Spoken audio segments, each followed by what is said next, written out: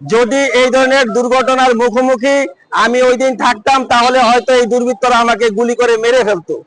আমি এই মানববন্ধন থেকে এর তীব্র প্রতিবাদ এবং নিন্দা জানাচ্ছি, এবং এরই সাথে সাথে আমার জানমালের হেফাজত চাচ্ছি বাংলাদেশ সরকারের কাছে এবং প্রশাসনের কাছে। আমার সহকর্মী যখন যমুনা টেলিভিশনের ব্যুরো প্রধান খোকন চৌধুরীর উপর হামলা হয়, সেই হামলার বিচার আমরা পাই নাই। আমরা যখন প্রশাসনের কাছে যাই, তখন সেই মামলাটুকু এখনো লেখা হয়নি।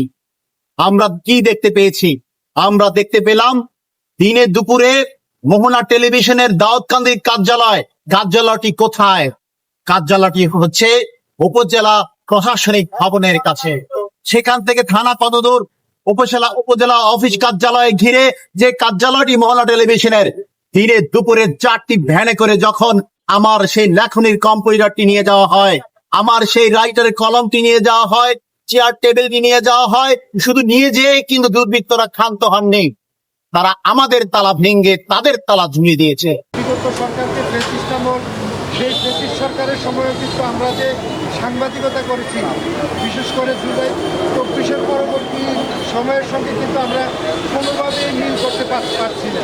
অর্থাৎ সেই সময় আমরা বিভিন্ন ধরনের হুমকি ধামকি মামলার শিকার হয়েছি, কিন্তু শারীরিকভাবে লাঞ্ছিতের ঘটনা কিন্তু উল্লেখযোগ্য হারে কম ছিল। কিন্তু দুঃখজনক হলেও সত্য, 5 আগস্ট পরবর্তী সময়ে সাংবাদিকদের উপর যেভাবে ন্যাক্কারজনক ধারাবাহিক হামলা চলছে, খুন চলছে, নির্যাতন চলছে, এরই ধারাবাহিকতায় যে মোহনা টেলিভিশন তার দিনে দুপুরে প্রকাশ্যে একদল দুর্বৃত্ত এসে তার অফিস থেকে উপজেলা পরিষদের মার্কেটের মধ্যে তার অফিস 2 তলায়, আমি বহুবার সেখানে গিয়েছি, কীভাবে দিনের বেলায় প্রকাশ্যে দুর্বৃত্তরা একটি শাটার খুলে তার মালামাল একাধিক ভ্যান গাড়িতে করে নিয়ে গেল আমরা দেখেছি।